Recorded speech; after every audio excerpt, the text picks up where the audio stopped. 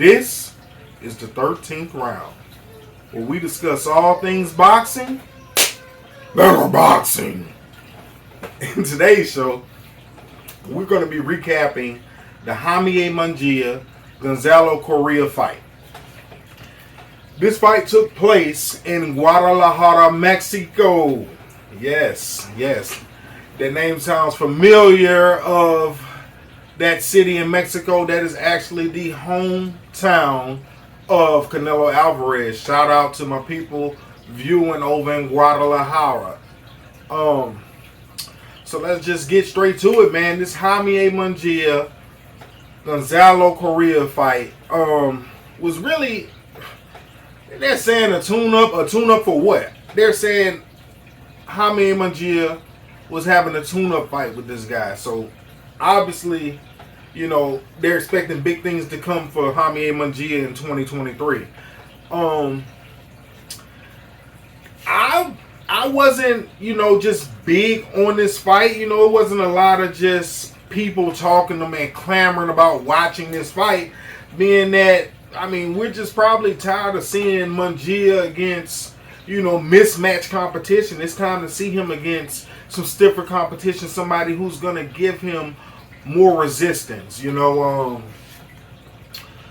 Mungia, he's had some pretty good fights. Matter of fact, he fought Eric Babyface Walker. Shout out to Babyface, the Babyface assassin.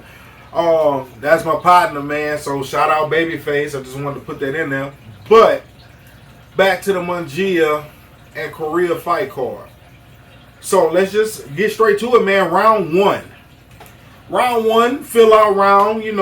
That's typically how first rounds go in fights. I actually gave that round to Gonzalo Coria. Not that he just did anything that impressive, in that round, but I thought, he won the round. Mungia didn't really land any shots. He stalked Coria around the ring, but Coria landed some decent shots, and he won the round. Nothing that looked like Mungia was ever in danger, Second round comes out, it's more of the same. Getting a little bit more busy. You could tell that Coria felt Mungia's power. So what started to happen in the second round, and what you'll see a lot of times in fights that are mismatched, is when a fighter feels the other fighter's power, they might go in with a shot, boom, and they immediately start clinching. Or if that fighter gets close, they clinch. And, it was starting to be excessive clinching early in this fight. You could tell Coria wasn't really trying to engage in the fight. He was just trying to last as long as possible. And maybe with like a minute left in the second round, Coria got hit with a right hand that put him to the canvas. But he got up, but the right hand caught him flush.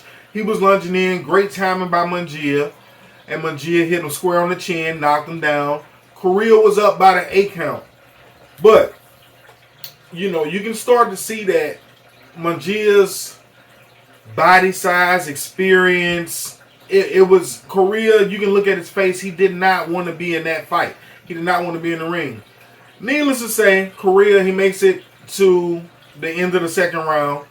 Comes out for the third round. Much of the same going on, a lot of clinching. He's getting warnings from the referee. Excessive holding is starting to get a little rough on the inside.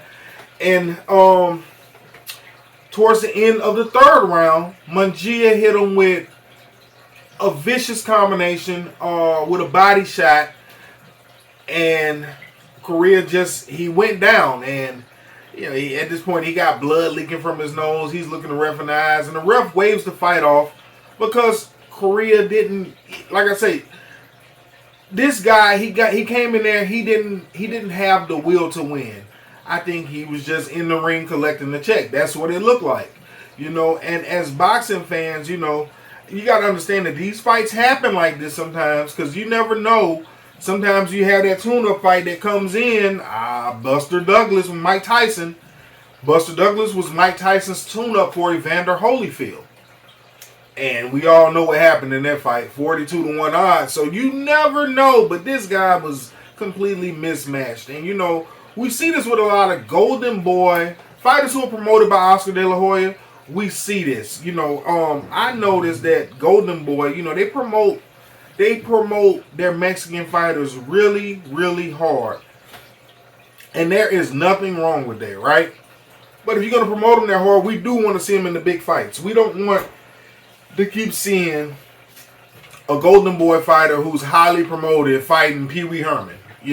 Oscars, let's sign these contracts. Let's get these contracts. I do not think these people are ducking Mungia. Matter of fact, Boo Boo Andrade called out Jaime Mungia. Didn't hear anything. And speaking of call-outs, after the fight, after Jaime Mungia stopped Coria, he called out 40-year-old Triple G. That's right. He called out Gennady Golovkin. Now, I'm seeing criticism of the fact that Mungia called out Triple G. I get it, but I think it's a good fight. I think Mungia and Triple G is a great fight. It's a good barometer to see, because Triple G is levels ahead of Coria. He's levels ahead of whoever Mungia fought before Coria. So that's a good test. Right now, I'm leaning towards Triple G in that fight. I still think Triple G is the best middleweight. Triple G right now to me is, I think he's the best middleweight. I do.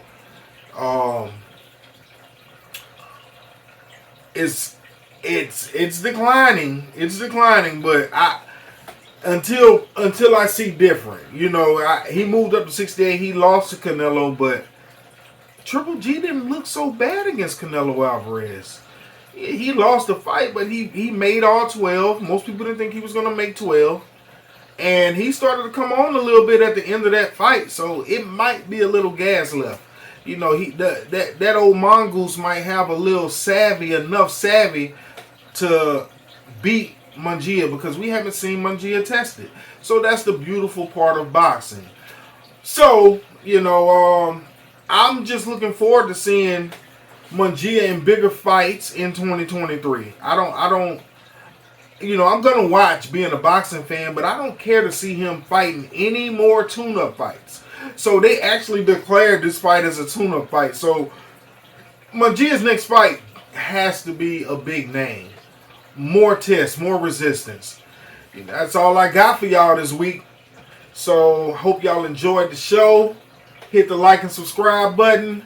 Thank you for watching. I'll see y'all next week.